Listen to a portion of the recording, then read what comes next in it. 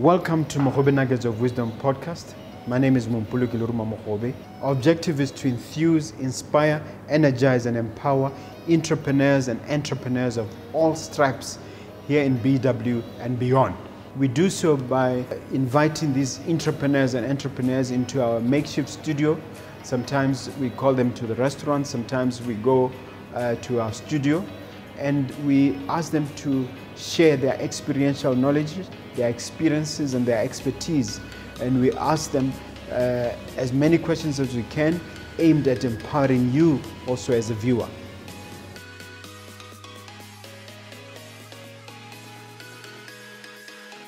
Hello and welcome to another episode of Mogobe Nuggets of Wisdom podcast. Always a thrill and a joy and a pleasure to come to you and to bring you yet another talented entrepreneur, somebody who can impact your life and add to your knowledge base and obviously enrich you. As always, we want to live to our ethos, one of which is empowerment. And I have a guest. He's not a first-time guest. He's been here before. But before I mention his name, do me a small favor and please hit the subscribe button.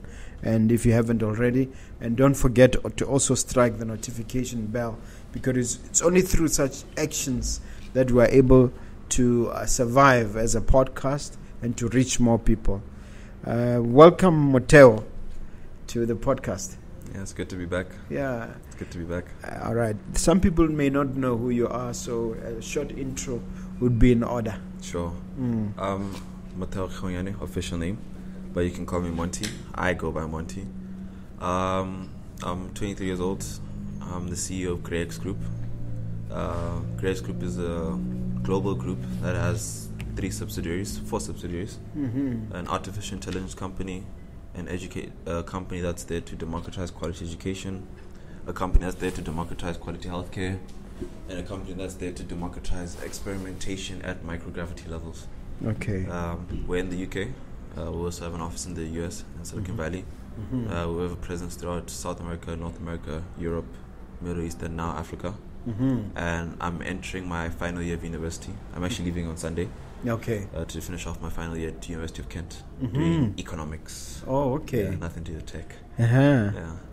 But I suppose you have to do it economically for it to be profitable, so it helps indirectly. Yeah. What happened since your last here? I'm saying this because there was quite a buzz around your last appearance, and even on Mogobe Nuggets, the viewership went through the roof. I'm interested to know, at your level, what happened? What impact, if any, did your last appearance have?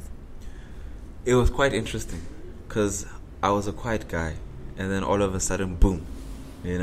Things go, it went viral and everything, messages started. Apparently on the inner lead, my dad's company, Mr. K, Senior, the website visits went up, it spiked. The number of messages coming in spiked.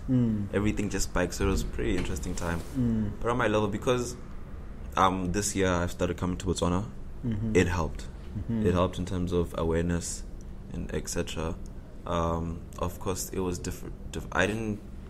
Apparently, it was like a thing on Facebook about it. I didn't really see it or anything. Yeah, because I'm not into the theater business. I'm into actually doing work. Yeah. So I don't know what happened there.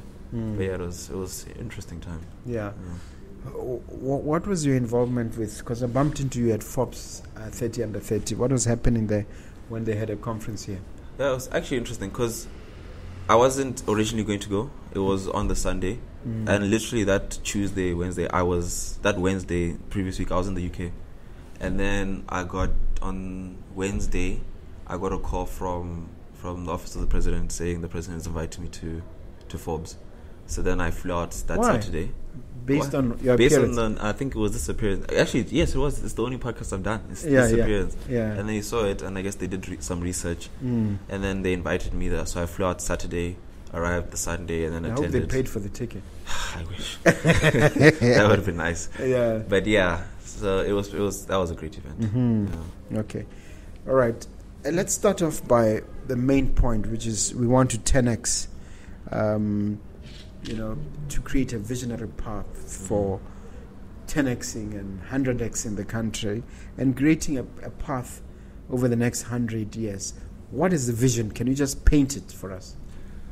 My vision of the country is there's high quality education, there's high quality healthcare, there's high quality infrastructure, energy, all those key aspects to human life. They're on a level that we can't even conceptualize right now as Botswana, because we're not thinking on that level yet. But the idea is that we'll be operating on such levels very soon, and that's the 10x mindset that I get the whole country's getting behind. So the vision is we've democratized quality everything, and now we are living in a world of abundance instead of scarcity. Businesses operate on selling scarcity. There's a shortage of everything, so we're going to keep it and then we're going to sell it. Now what happens when there's abundance of everything? That's the world that we want, that I want Botswana to have, where there's abundance of quality healthcare, abundance of quality education, abundance of everything. So that's the vision I have for Botswana, and I believe it can be done within the next decade. Did you get a chance to share this vision at Forbes, and how was it received? It was by other entrepreneurs, it was received very well. I mean, the Forbes event, when we were talking about education, because I believe education is the bedrock of everything, I actually got my biggest partnership from Forbes for GreyAD to deploy it across hundreds of schools in the developing world. And that's because that company aligns with our vision of democratizing quality education. So someone born in Moshopo who can't afford private school fees, that's okay. You can still access the same quality education. That's the dream. That's the vision we have. So yeah, it was received pretty well. I mean, you have visionaries at Forbes. Are you at liberty to share that partnership? No, not yet. You signed NDAs and things. Yeah, not okay. yet, yeah. Okay, we talk about transforming education and healthcare in the emerging economy. How do you actually go about doing that? You do that by changing the mindset. Right now, everyone is operating on a finite mindset and on a scarcity mindset, meaning that finite is short-term thinking, and you have a certain objective. I want to be rich. Your business has that objective. I want to be set metric. That's the finite mindset, instead of, no, I'm in the game to stay. I'm in here to stay as long as possible. That's what businesses are supposed to be doing. And then abundance and scarcity is there's not enough of everything, so I'm going to keep it all for myself and I'm not going to share. Yeah. You know, that's literally what we operate here. Abundance is there's so much of everything. Yeah. Let's collaborate and let's share. You know, so that's we need to change that mindset, because when you go into it, when I go talk to people, it's the short-term goals. That's the thing, and I'm like, no, but we're in here for 10 years. We're in here for 20 years. Yeah. Let's aim there. That's what we should be talking about. Botswana should have a 100-year plan. That's what I think. We should have a 100-year plan instead of a short-term 2-decade plan. You know? Do you think our ability to do that is somehow restricted by a political cycle? 5 years, political leadership is replaced, and we go back to the elections, and there's a new development plan every 5 years. Does that restrict our ability to be more long-term thinkers? I think it goes back to the concept of disruption. So in order for disruption to occur, it can never occur from within the domain. It always needs to occur from outside the domain. Because within the domain, there's an immune system. And that immune system will shut down any new ideas, will shut down any new concept of running operations. Like if you come to your boss and say, let's do this, let's experiment. You're like, no, we don't do that. This is what we do. It's not what we do here. Exactly. The perfect example is Kodak. Kodak. Yeah. Kodak invented the digital camera, but they were in the printing business. And when they invented the digital camera and it was making more profit than the printing business, they said, no, that's not our business. We're in the chemical printing business. Yeah. And what happened? They go bankrupt because the immune system attacked it. So that's the thing with Botswana. We have a very strong immune system that will shut down any new experimentation, any new anything. Okay. So in order for us to disrupt ourselves, we need to do it very strategically. And that's the cycle you're talking about. That's the immune system. That's the same thing. And in order to disrupt that, we need to set up. So it seems to me you're comparing the country with an organism, and you're thinking of an organism with immune systems, and you're really thinking of the body politic like you would think of a body. Yeah. Is that correct? Yeah. So there's these new organizations which are coming up, like we call exponential organizations. So these are organizations that are experiencing 10x growth with less input compared to their peers. So they are operating on a different type of business model. We've never seen this before. We'll see organizations go from idea, 18 months later it's $1 billion company. Yes. It's never been done before. It happens in America. Yeah. You know, Airbnb, largest hotel chain, no buildings. Uber, largest logistic company, no vehicles. My favorite one is GitHub. I've never heard of that. What does it do? So GitHub is a platform where software developers and comp science guys come and collaborate on the platform to create applications and develop software and everything. Yeah. And it was bought by Microsoft for around $5.6 billion. GitHub has no IP, they have no assets, and they have no workforce. How do you justify that sale? The Microsoft account executives are like, there's nothing to put on the balance sheet.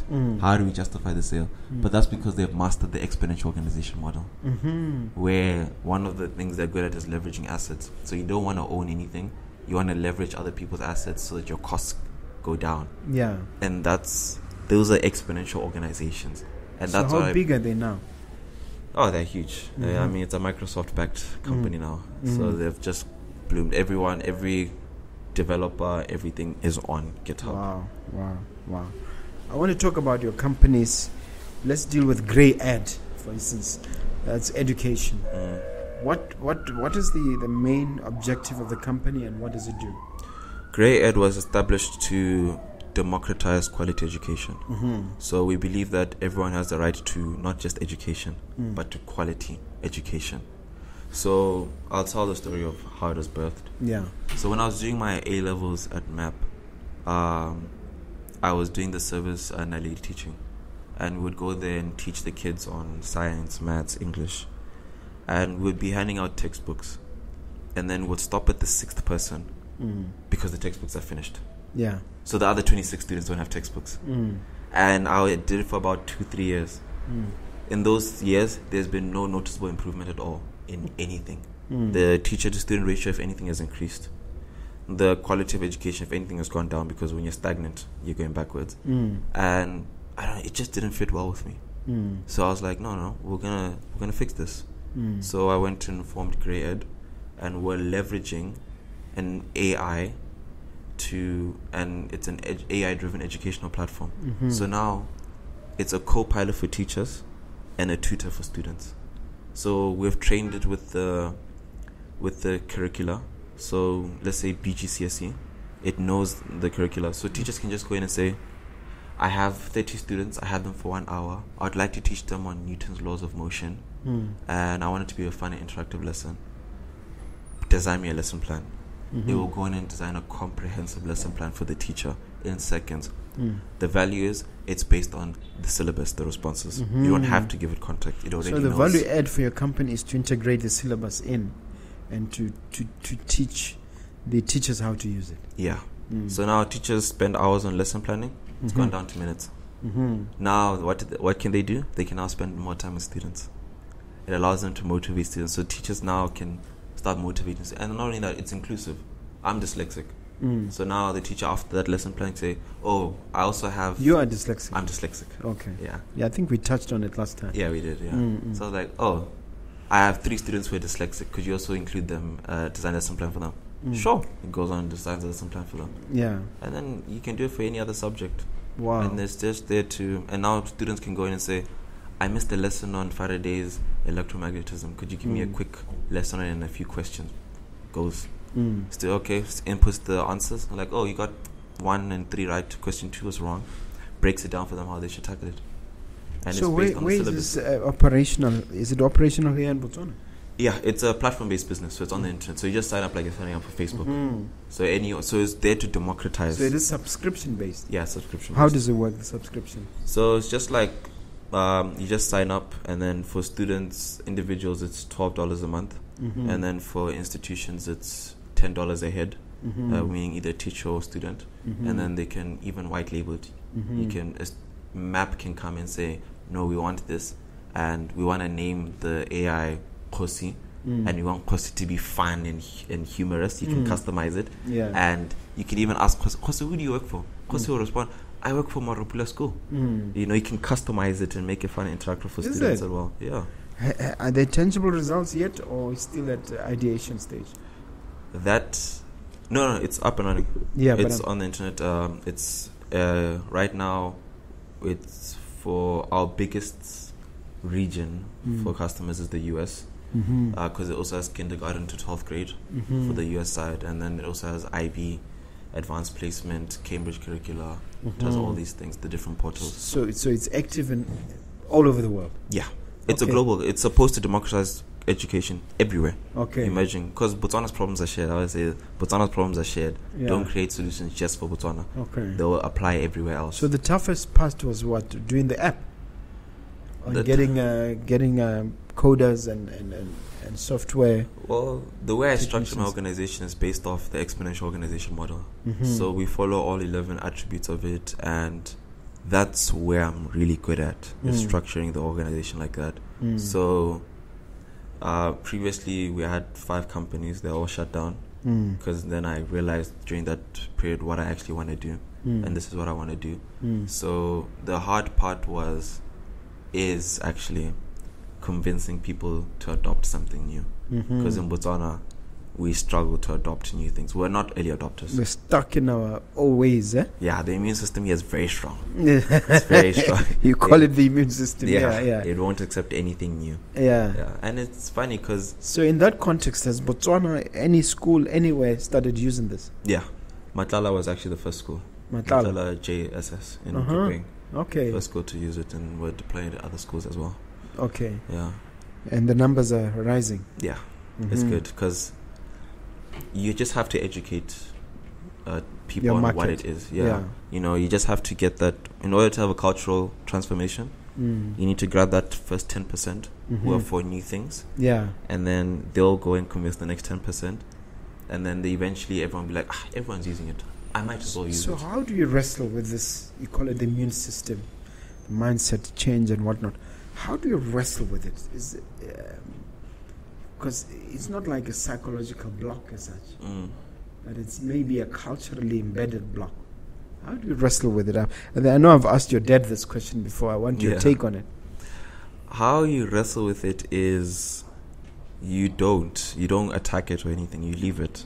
So let's say you have Mogobe, the company. It's been there for multiple years now. So now you want to do something, you want to disrupt the company. You want to have a new business that is more profitable than this one. You don't do it within Mogobe because the immune system will attack it. It'll say, no, we don't do that. We don't even do it that way. It's not even the idea, it's just the way you operate. You don't do it that way. So what you do is you set up a small autonomous team at the edge of the company. Not more than 10 people, around 6 people.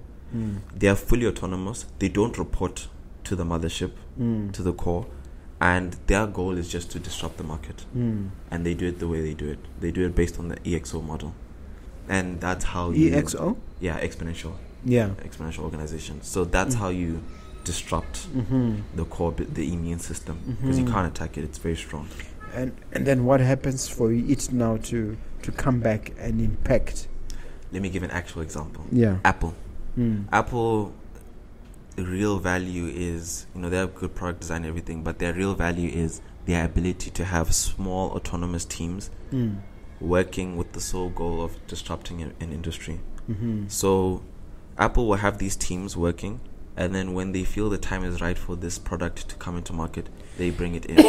And that's why you have Apple Music, Apple Pay, Apple headsets, Apple headphones, AirPods.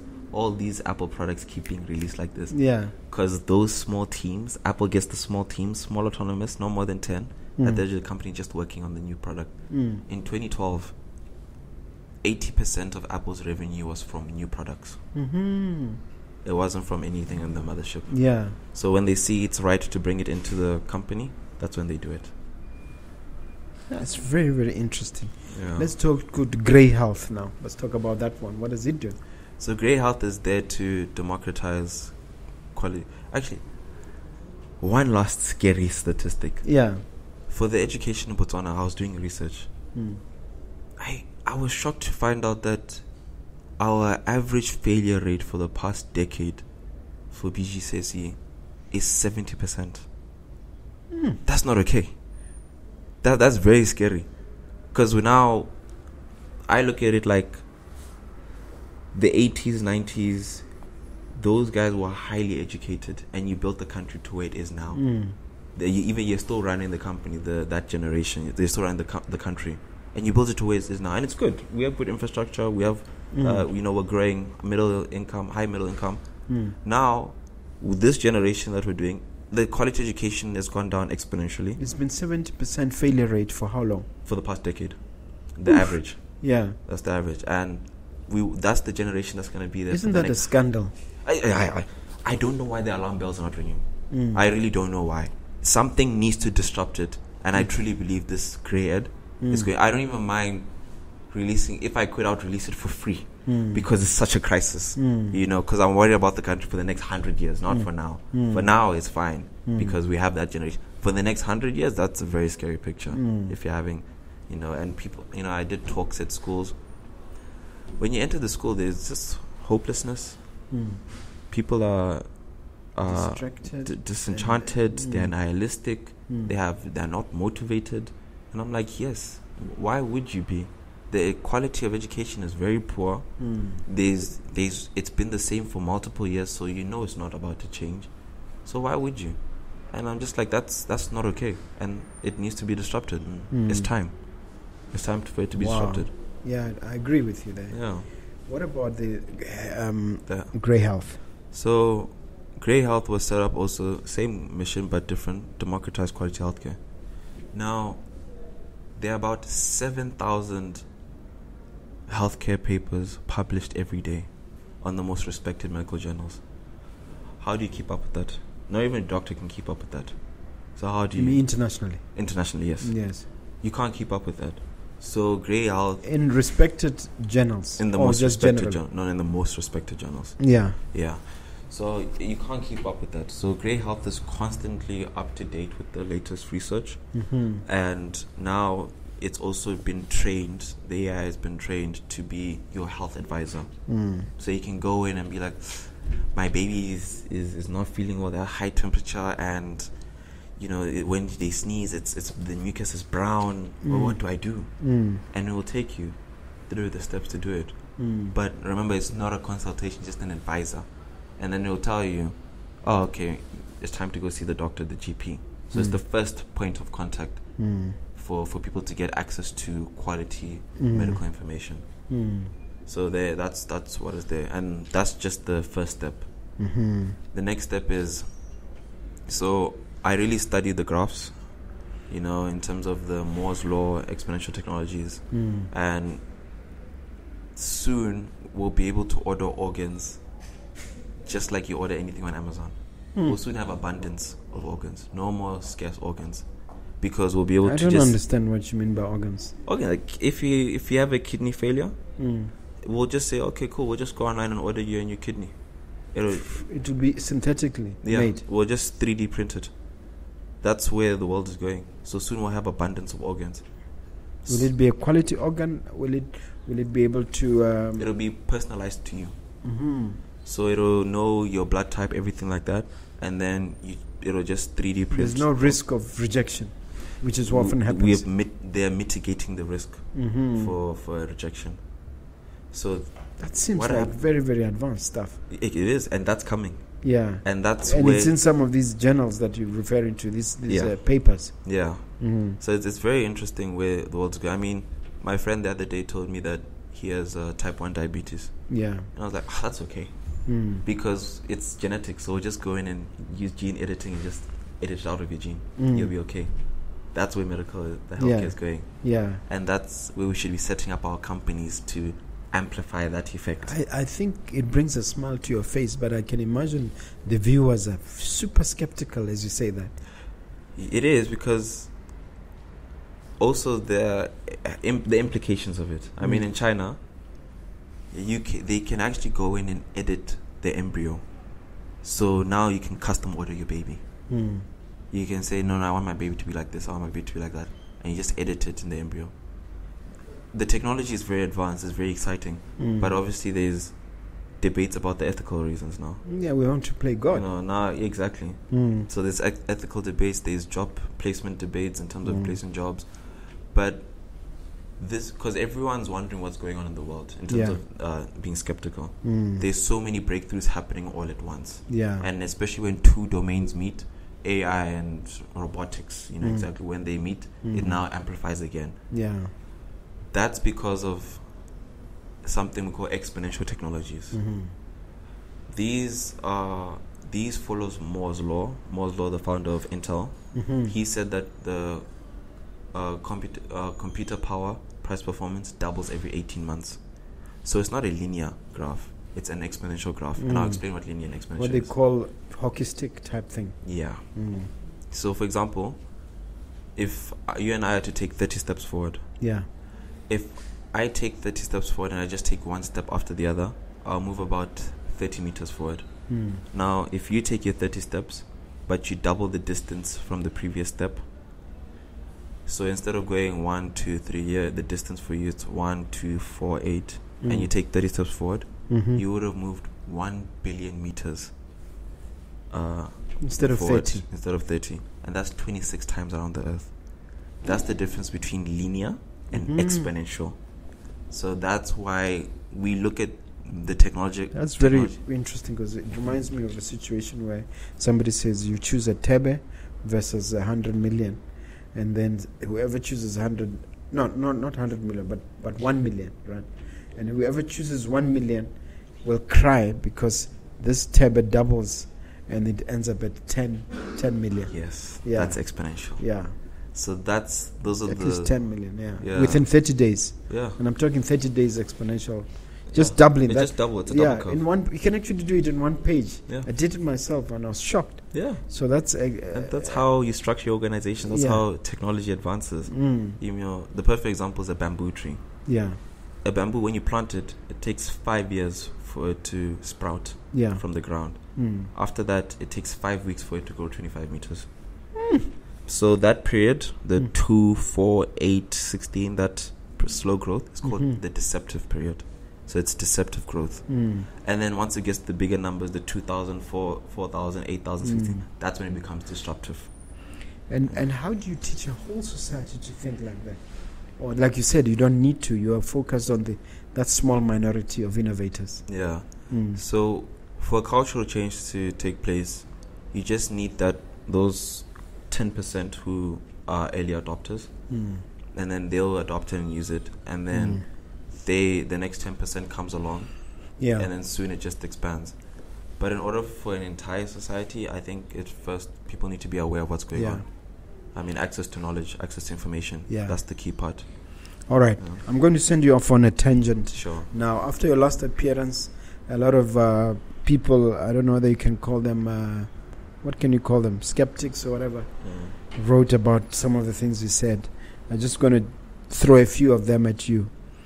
If someone is telling us that they engage in a bullion market and you get to find that they are not recognized by LBMA, which specifies the standards for bullion trading around the world, not want to mention their site mentioned, and they are not regulated. Mind you, this kid said the whole thing is trustworthy, and then at point 14.26, we have people who scrutinize everything. They have no membership at the entity which is recognized by the FCA as defining proper standards of bullion market conduct. Bang! That's sure. What do you say in response? So I'll give a concept of how organizations are structured in terms, and that will answer the question. Or that will actually respond to it. There's these new things called challenger banks, neobanks. They're companies that are actually financial technology companies, but they look and act as a bank. What they do is they leverage. So this is one of the attributes of an EX organization is leveraging assets. So you don't want to own anything. So they leverage the banking license of other banks. And then now the bank I use in the UK is called Revolut. When it started, Revolut. When it started, it was not a bank. It was a fintech, but it had my current account. I did transactions on it. Or my bank, it just operates like a bank. It looked like a bank, but it's not. It has no banking license. But what did they do? They leveraged an asset, so they used banking as a service from an actual bank. So that's how they do it. They don't actually hold the deposits. They just they ride on the back of the other bank. They ride on the bank, and is it a leasing arrangement? I don't know, with the license. It's called banking as a service. So they just connect to the bank's infrastructure, and it just mirrors on the Revolut's UI, showing everything. Okay. So you leverage assets, basically, to answer that question. Okay, so we didn't actually take part in the actual trading. We don't do that. You don't need to be registered yourselves. Because we didn't do that. We just increased accessibility. But others who defended you saying that these are just bitter haters. But I don't know. I think when people, instead of criticizing, ask, "Oh, but how did you do that?" Then you start a conversation, and then now you can actually. They just attack that it can't be done. That's the immune system. Just the immune system. Yeah, it can't be done. No, it's not possible. But you know that most innovators do things before the rest give them permission. In other words, Uber and others that they don't. By the time the regulators come, they say it's too late. Look at the AI. The regulators are still in 2012 doing those there. AI is already, there's no AI regulations. All right. Now, is there, you're saying you're going back to the UK.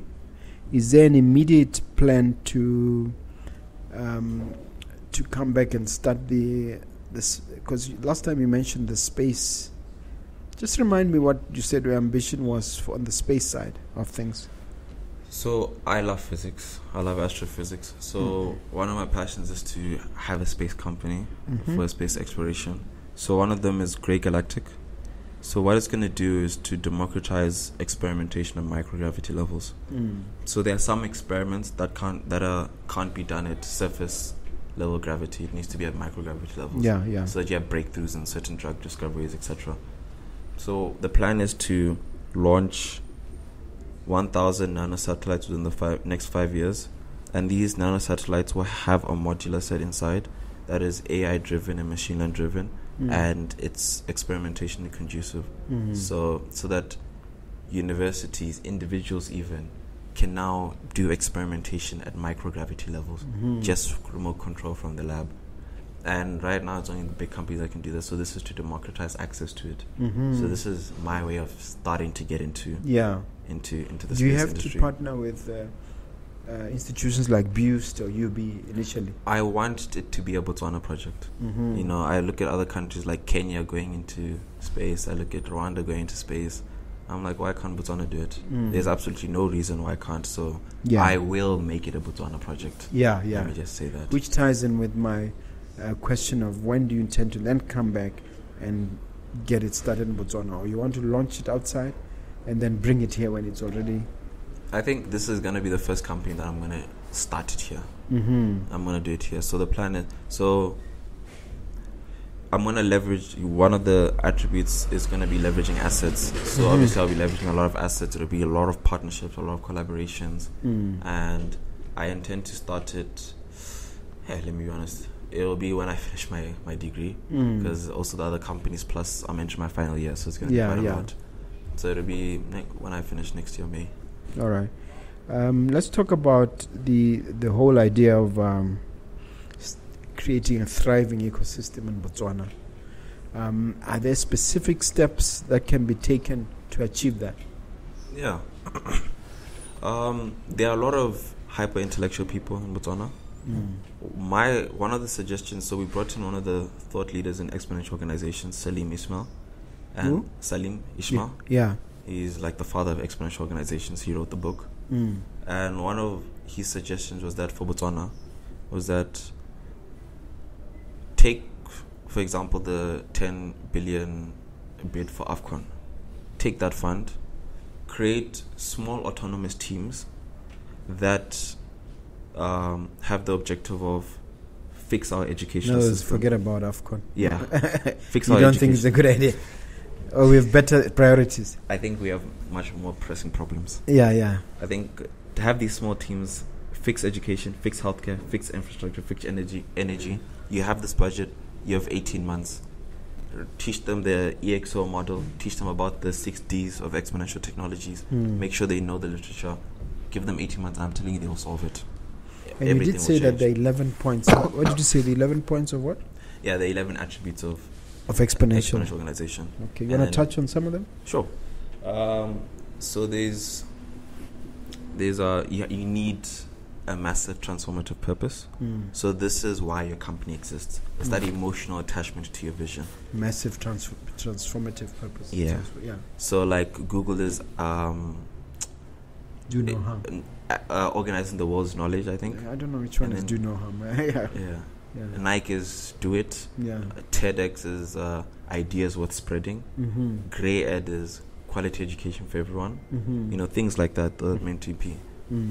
And then you need the attributes which are, so scale is, you know, social technology, which is how your internal team collaborates. So they use Slack, Notion, etc.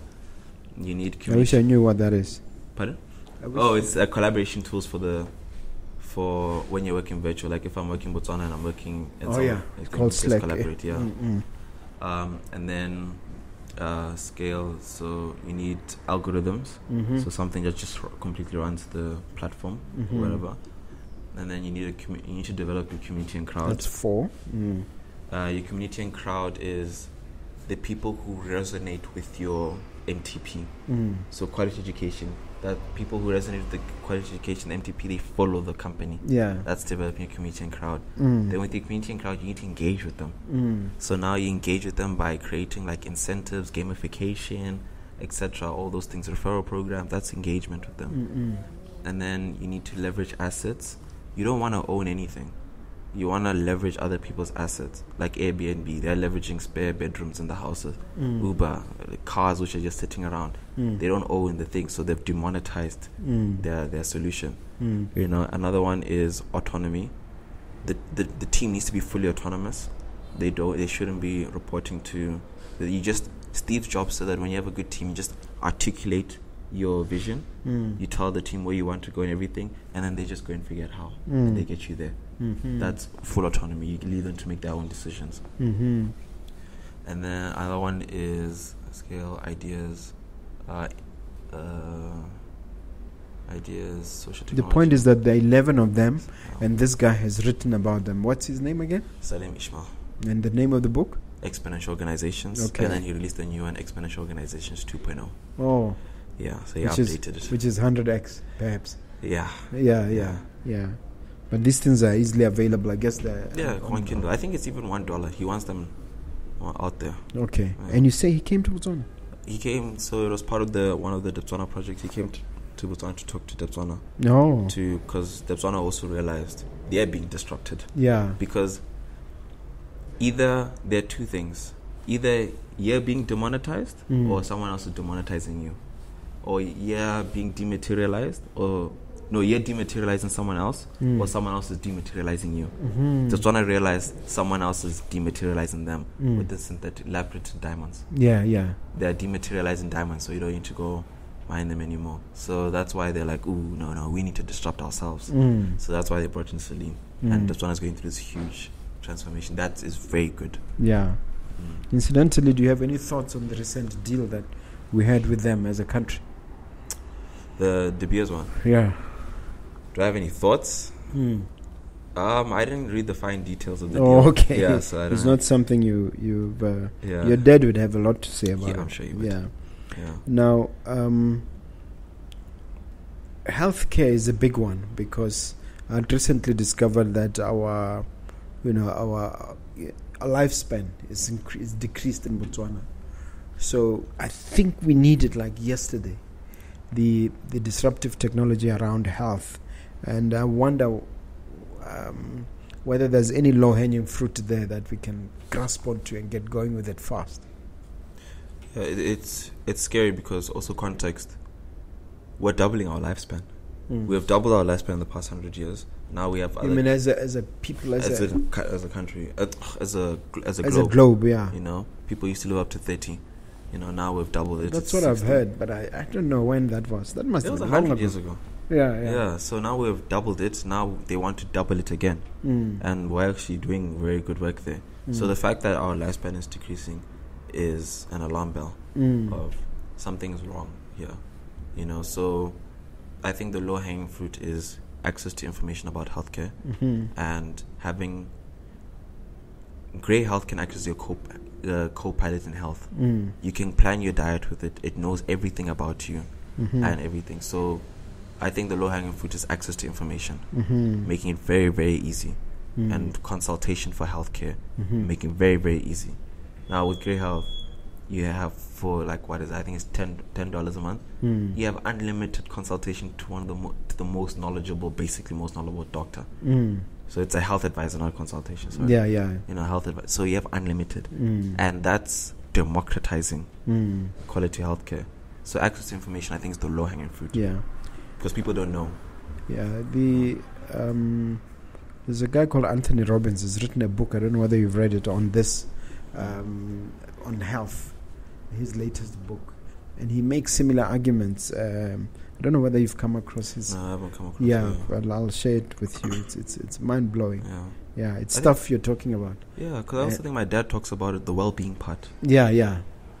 Botswana has been ranked in I think the bottom 10 of happiness index. We're very consistent at being the worst. Yeah, you know, and that's a crisis. That's a alarm crisis. That's a crisis. That's not okay. No, you know, and the fact that we still carry on walking about like it's okay is not good. So someone needs to ring the alarm bells. And I couldn't help notice that it says digital guy technologies. What is that? So digital high, it's high. High. Yeah, high. Yeah. Digital high technologies is the technology arm of my dad's group of companies. InnoLead. Yeah, so it's a subsidiary of InnoLead. And what we've done is GreyX Group has taken a shareholding in Digital High, and all our African operations will be done through them. So I actually wanted to say, Digital High and GreyX Group is making the statement that hold us accountable for how our educational system is. Hold us accountable for how our healthcare system is, because we made the statement that we're going to change it. We made the statement that we're going to change healthcare, we're going to change education. So what does that mean? Hold us accountable, because that means we have to do it. So as the nation, we want you to hold us accountable. Like, I got to the school in Shoshong, it's still poor quality. We're like, no, but these guys said that they're going to change it. So yes, you need to tell them, like, guys, you said you're going to change it. There's still a problem here. Like, okay, thank you for that. We'll go change it. Yeah. Because I want it to be a Botswana project. Yeah. It's not a company. It's a Botswana project. So if things were working, all the T's crossed and all the I's dotted, how will we know within the next several years that the impact is being had and the results are being achieved? So our goal is, in the next 10 years, we need to reach 1 billion lives in terms of education. And all the metrics for education should go, the positive ones should go up by 50%, and the negative ones should go down by 50%. Let's just talk about Botswana. So that's where we know that, there's a big difference. Our failure rate should go down to 20%. Not 70%, should go down by 50%. That's where we know we've made a difference, and that's our moonshot plan, our moonshot goal in the next 10 years. So that's when we'll know that there's actually quite a difference. So, and in terms of this moonshot, how are you articulating it? Is there a document, or is it something on your website? How do people get to see and then maybe identify with it and participate in it? I'll give you an example. When your dad gave an outcry over this business of 15-year-olds being thrown in the street and Form 3s and Form 5s failing at an alarming rate, the response on social media was, I want to be a part of this. I wanted to contribute to this. So how do we get people to take ownership of this and to be part of this? So that's part of community and crowd. That we want, and it's so good that people are resonating with it, because I'm glad that the alarm bells are being rang. So how they do it is, we've made it very easy. It's you just go to GreyAD.dev and you can do it yourself. It's self-service. So you just sign up yourself, you onboard your school, you onboard your tutoring center, you onboard your friends, everything, and you receive rewards for that. So that's how they can do it. You know, they can be a part of it by spreading the message. They can be a part of it by carrying on ringing the alarm bells and telling people this works. This is how we're going to do it. And this company here is leading the way. Yeah, so... Yeah, because you won't believe the number of calls I received, and, you know, everybody from Wong, all over the country. People calling me, Mr. Mogobe, what can we do? How can we be a part of this? And I found myself saying, you know, go to Lead, go contact Mr. Kgwengwenyane. Yeah. So but obviously for it to work, it has to be a national project. Yes, and that's what we're trying to do. Do you need buy-in from the Ministry of, Education? It would be nice if we can collaborate, especially the Ministry of Basic Education. Yeah, it would be amazing if we could collaborate, because it will make things very easy. The nice thing about technology is that, so I'll explain the 60s and then I'll lead to my points. Yeah, 60s. So the 60s are, first you need to digitize something. So film cameras were digitized with a digital camera. So you digitize it, and then it goes through deceptive growth. Those are your small 2, 4, 8, 16, 32. And then it goes through disruptive. So that's when it's the high numbers. When it's disruptive, you then demonetize the solution. So the cost of it goes down exponentially. And then now it becomes dematerialized. So you're removing the physical aspect of it. Your calendar is now on the computer. Everything that used to be in the desk in the 90s is now on a computer. So you've dematerialized everything. Textbooks have been dematerialized, moving the physical aspect. When that happens now, you've democratized it. It's now on the internet. It's now a platform. Now anyone can access it regardless of anything. So because GreyAD has followed that, and now GreyAD is now a platform on the internet, you sign up just like Facebook. So whether we collaborate with government institutions or not, people still have access to it. Collaborate with the government would be amazing, because rollout will be faster and change will be faster. But at the end of the day, we'll still get the job done. So in other words, such is your love for your country that you'll proceed regardless of whether or not. Because I really care about the people. Yeah. I mean, that experience at Naledi School really scared me.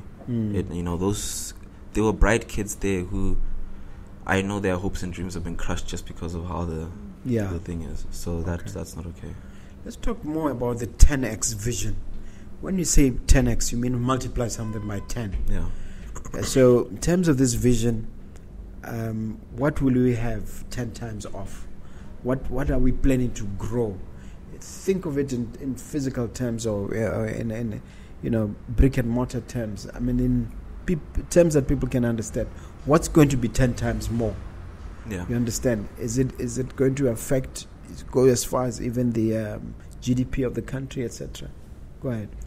So in terms of 10x in an organization, when you say you're going to 10x the business, because most organizations go for 10% growth, 2% growth, between 2 and 10% growth on a yearly basis. 10x is we're going to 10x our revenue. That's the goal for the next thing.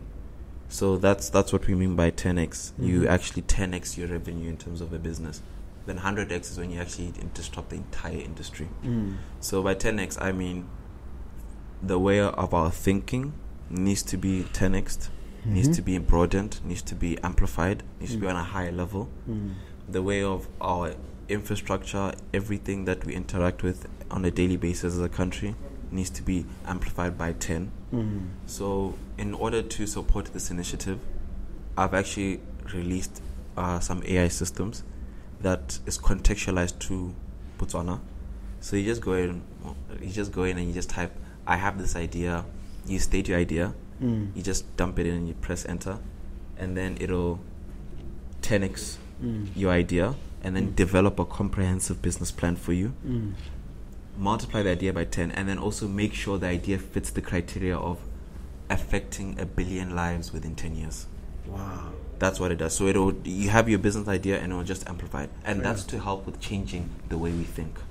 Even I've used one for business ideas, even for marketing. You dump your business idea there, it'll 10x your business idea, but also develop a marketing plan for 10 years. And break it down 10 years, 5 years, 1 year, 30 days, and then immediate action. So that people can... we think at a higher level. It's just there to assist us to be like, oh, this is how I should be thinking, not what my initial idea. So we're trying to make it a national project, like you said, that 10x operate to a higher level as a whole country. Wow. You know, people normally cite funding as a limiting factor. How do we capitalize this? How we finance this? Does that feature in your projections at the financial side? In terms of funding other companies or funding mine? Funding this particular idea. Funding this, so especially on the education side. Yeah. So funding this is,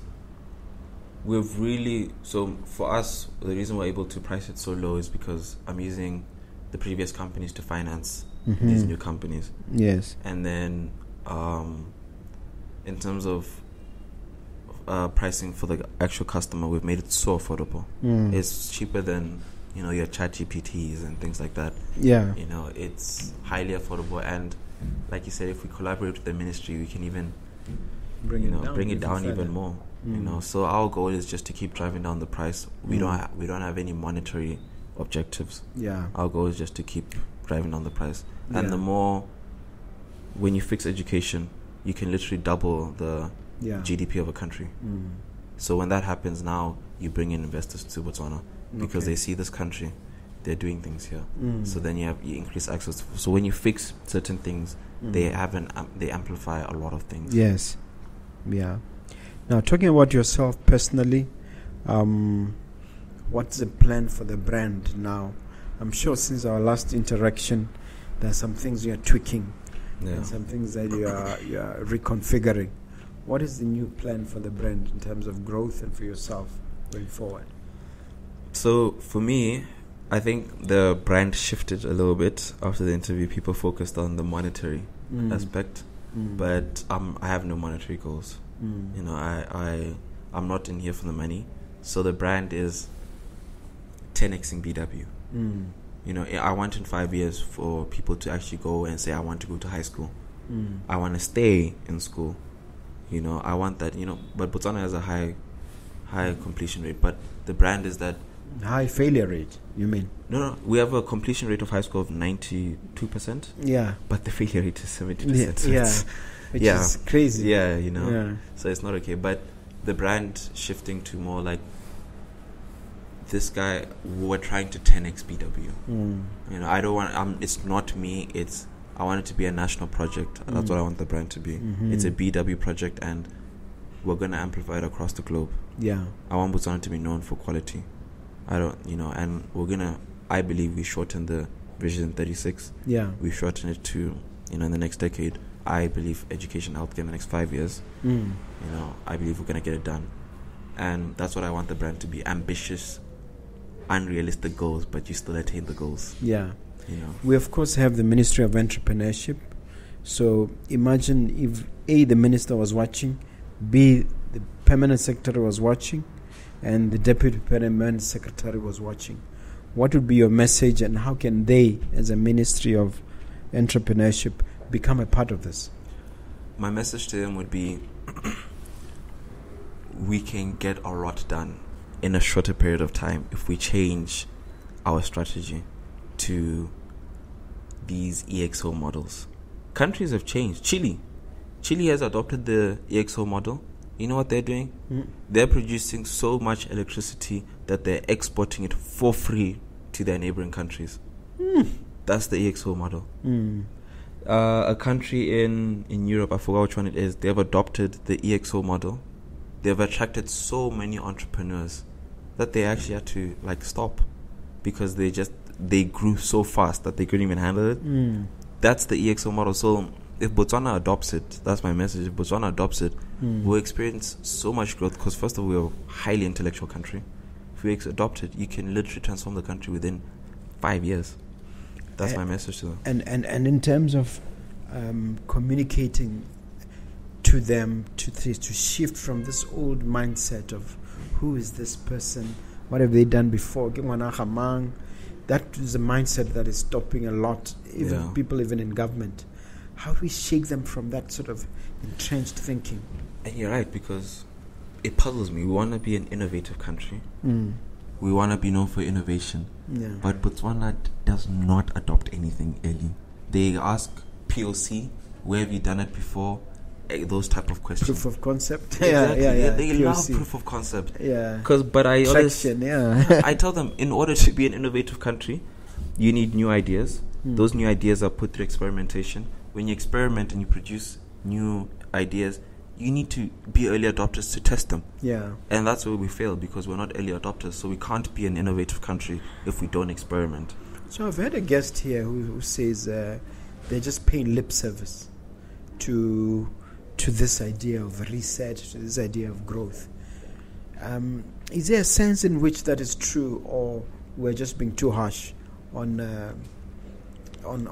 these key people? For instance, the Ministry of Entrepreneurship. I think I love that we recognize that there's time for a change in mindset. I love that we recognize it. Whether it's gonna work or not in terms of the way they went about it, I think it's a traditional model. I think it's especially since we have a large youth in Botswana, and the way we're doing it doesn't really resonate with how they think and everything. Because I mean, the reason why these old businesses are not doing well is because they're still using the Harvard MBA degree program. Which should be thrown in the dustbin. Which is old school. These new organizations, they don't do that.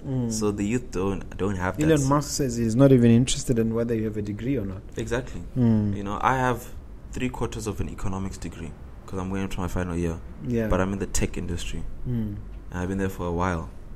I have no business doing here. So a degree really does not matter. It's about the actual individual. So I don't know. I think we're yet to see. I think I like that we're experimenting, trying something new. So I think we're yet to see the outcome. But what matters is that we're experimenting. But in terms of your age group, I mean, you are 22, right? 23 now. 23. In In terms of your age group, 23-year-olds, are they changing? Are they actually doing things the way different from us? The older generation would be doing. Do you detect any change? Yeah, I do. Because they don't have 10 years of work experience in corporate to unlearn. So they do things very differently. They do things faster. In order for a decision to be made in a traditional company, it needs to go through certain departments, certain processes. It needs to be vetted. It takes a couple of months. With a startup, with a young person, they'll just be like, okay, let's go. It's a good idea. Let's run. So the way my generation is doing things, the elder generation don't understand. People don't understand how these companies experience so much growth in such a short period of time because they don't understand the concept. And my generation understands it because we don't have that old mindset to unlearn. We have this new. We're just adopting the new ones. It's just that the environment is not conducive for it in Botswana. To be honest with you, it's not. Almost hostile. I want to move headquarters here to Botswana, but I can't. Because it's in order to have a Stripe account to accept international payments in different currencies, I can't register. If my business is in Botswana, I can't access it. I can't access that service. But in fairness to Botswana, they were troubled by the threatened grey listing. We were threatened with blacklisting on the financial side. And that really. So that scared the hell out of the system. And that's an issue. It did affect a lot of businesses because when you want to access the international market and accept those payments, you can't. When you want to open a multi-currency account outside, if you're registered in Botswana, you can't. But if you're registered in other countries, you can. So. And yet we're the ones being we should be fixing. Attending to, because we would love to access international markets. But the fact that HE would get somebody to call you to be part of Forbes is an encouraging sign. Recently, we had the Africa-US Summit. Were you involved in any of that? No, I did not attend that. You did not attend that one? No. Because obviously things, it's forums like that ideas can be incubated and developed. Yeah. Now, as we come to the conclusion of our conversation, what would be your final message insofar as empowering Botswana to get that future, to 10x that future? My final message would be the next 10 years are going to be the most exciting time in Botswana. I'm very positive about it.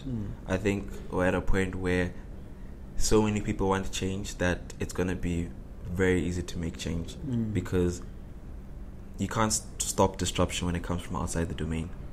So no matter what happens, I think in the next 10 years, it's time Botswana have a new type of hope. Yeah. And that hope is here.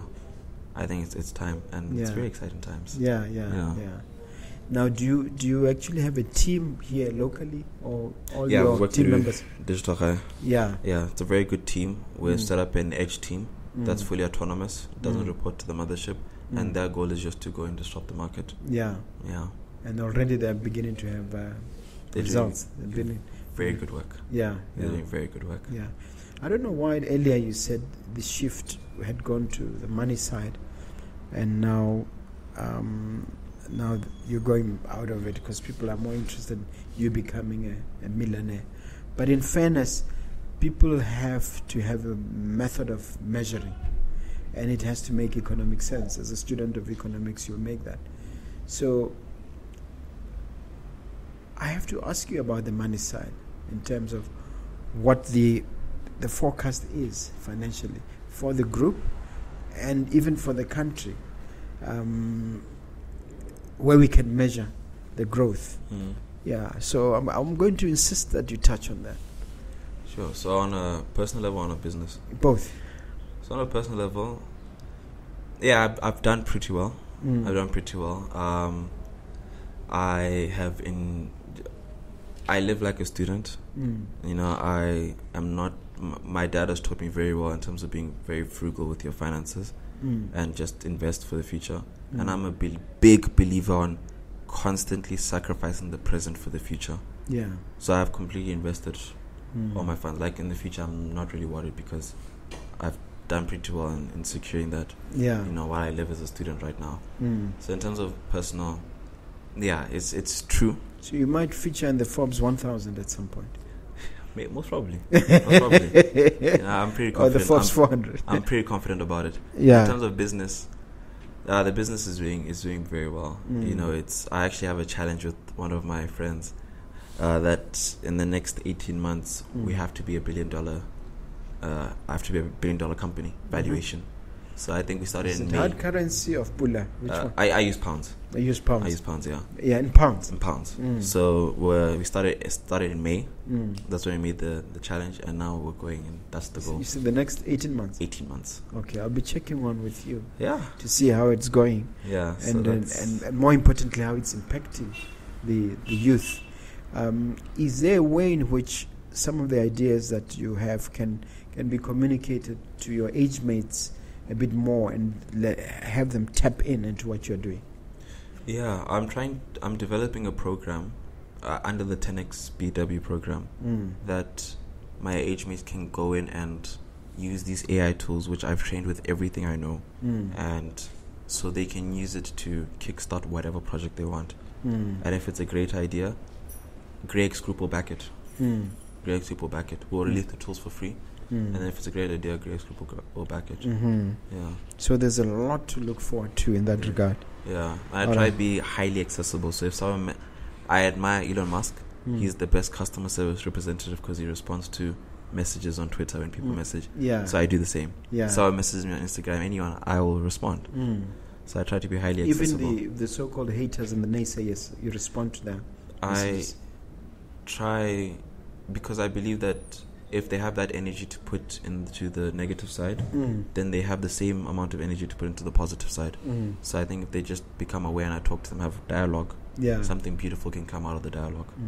So you engage some of them? Yeah. So next time a skeptic says, that guy you had, I don't believe, I should give them your number. Yeah. So they can engage you, so you can Yeah. deal with it. Okay. Do you have a question for me as we conclude? Should I make it difficult? And it's up to you. Sure. If it's How are you going to disrupt your company? I have my son. I think you saw him there. He's your age mate, and he's he's interested in technology. So I'm giving him room to come up with ideas and to help us. But at this stage, I don't have a specific blueprint, because I was thinking in terms of 10xing the traditional way. But I'll be the first to say that I don't have the tools. I'll be the first to say that I need external input to get that hockey stick done. Because you reach a certain amount of growth, and you reach what your dad calls a certain level of complexity. The ceiling of complexity. Ceiling of complexity. And now getting out of that ceiling, I feel that I've grown and I'm growing, but I've reached a certain degree of complexity which I'm managing in my own way. But perhaps I need to consult with you guys, and you help us go exponential. Yeah, definitely. So I don't have a blueprint, but I'm working on one. That's good. Yeah, that's yeah, good. 'Cause businesses, you're either getting dematerialized or you're dematerializing someone else. Yeah, or you're either getting demonetized or you're demonetizing someone else. Yeah. So As we conclude, I think you want to give the viewer the one central message, the biggest message you wanted to share, and as you wrap up and leave them with something uplifting. Go ahead. So my message is that it's time for a new type of hope in Botswana, and I'm here to work with everyone to amplify that hope. And I'm here and I'm saying I'm pledging my support to everyone. I'm not just here to talk. I'm here to pledge my support that I will unlock all my resources and everyone I know to help all Botswana to achieve what they want to achieve and grow their mindsets and grow the country as a whole. So that's my pledge to all Botswana. Okay. Yeah. So in this connection, you'll keep coming to the Nuggets and updating us and keeping us part of this growth trajectory that you're on. I insist that you appear at least once or twice a year on the Nuggets, so we know what's going on, so we can link up with what you're doing and be part of the growth. Yeah. Is that a deal? Yeah, sounds great. Okay. All right. Awesome. Cool. No, but before you go, you didn't give your latest contacts. Yes. So you can contact me on LinkedIn, just Motheo Kgengwenyane or Motheo Kgengwenyane. On Instagram, also available at GreyMonty. And so you can contact me there. The company's website, GreyGroup.com, and you'll find all the other companies and exciting projects that we're doing there. Is there WhatsApp? No? WhatsApp, last time I released my number, I got thousands of messages that I had to stop using. Stop using the WhatsApp, Okay, no, I understand. All right, thank you very much. No, thank you for having me. It's exciting times. Okay.